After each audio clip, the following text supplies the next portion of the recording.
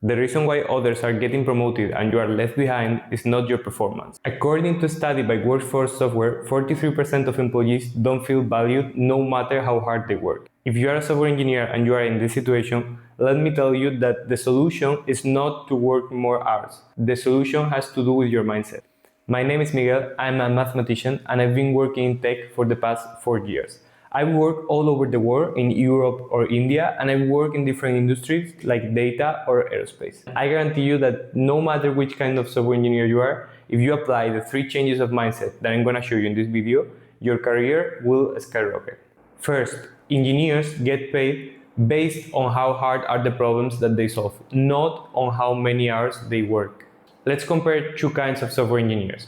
One of them is a person that works really hard, like 10, 12 hours a day, but he's working in low impact tasks, in maintenance tasks. His job is to make things keep moving, but the problem that he's solving is not really difficult. Any other software engineer can take over if that person goes, and maybe there is a delay, but nothing big happened.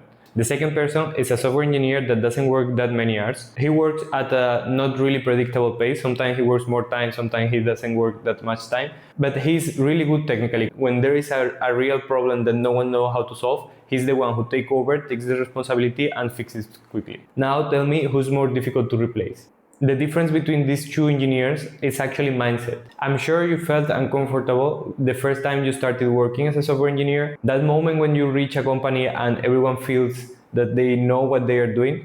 And it takes a few months, and for most of the people what happens is that after some time you create a comfort zone. You find a few tasks that you know how to do, that you are comfortable doing them. They are not too easy to get you bored, but they are not neither too difficult to be a problem for you. You can even program listening to music and you are chill. What you have to do is to keep expanding your comfort zone. Whenever you find that a problem, that you are good solving some problem, you should keep solving that problem if that's important for your company, but you should always be looking forward to attack a new problem, a harder problem that no one or almost no one knows how to solve in the company. You have to go for those problems that you feel uncomfortable with them and you don't know if you will succeed with them. Some examples of hard problems to learn are new projects, because starting something from scratch will give you learnings that you won't get in any other way. Refactor a messy code that is making everyone's life bad. Look for that code that had wrong abstractions and it's making some tool very difficult to use, and refactor it, clean the code, and improve the productivity of your team. Another option is to take over that project that no one wants to take the responsibility of. These examples work really well, but I'm doing one assumption. The assumption is that your company trusts you enough to give you this kind of responsibilities. If that's not your case and your company only gives you non-meaningful tasks and it's micromanaging you, what you should do is to run away and don't look back. Trust me, there are a lot of opportunities for software engineers. If you feel that the job market is in a bad moment, or you feel insecure, you are not sure that you will get another job so easily, I help software engineers like you to switch your job and to add to your salary $30,000 per year. I do that in just 3 months. Check out thefreeengineer.com, which is appearing here, or you can check out in the description, to schedule a call with me such that I can confirm that I can help you. And now that you have taken a meaningful project, the next step is to execute it as well as you can. And for that, what you need is the second change of mindset. Second, drop your engineer ego. We as engineers, we are fascinated by technology and we love to apply the last software architecture that we read about. We want to use the last technology, we want to make things scalable even if they don't need to scale. But the reality is that you are not paid to do cool engineering things. You are paid to solve problems. You should have kind of a business mindset that tells you what is the best for the business, what is the best technical solution for that business that you're working on. Whenever you're going to start a project, most of the software engineers, what they think is, how am I going to do this? What are the technologies that I'm going to use? Programming language, architecture. But that's not the first question that you should ask. First question that you should ask is not how I'm going to do it, is why I have to do that. Because you are maybe trying to make something scalable that doesn't have to scale, or you are maybe deploying a technology that you really like, but you can do the same job with a much simpler technology. Usually the answer to that question of how I'm going to do that is another question, which is what is the smallest acceptable solution? Not the cleanest one and not the coolest one. Once that you have meaningful projects and you understand the business that you're working on, and you can take the right technical solutions, the point of friction is to have a good communication. Once you are the owner of something, you have to be able to communicate with technical people, but also with non-technical people, explaining why are you taking those decisions. So the third change of mindset is focus on communication.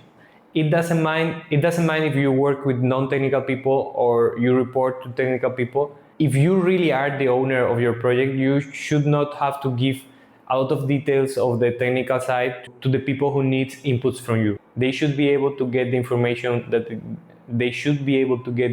that they need from you easily.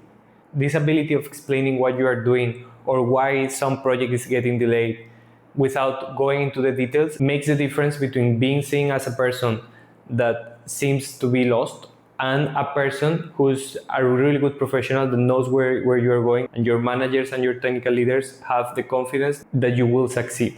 I remember being in meetings where the boss asked to a colleague what is the reason, because that person is getting delayed on a project that for the boss seemed easy to do. This colleague that was asked didn't have good communication skills. This colleague started mumbling, giving too many details of what was the problem that they have, getting quite nervous.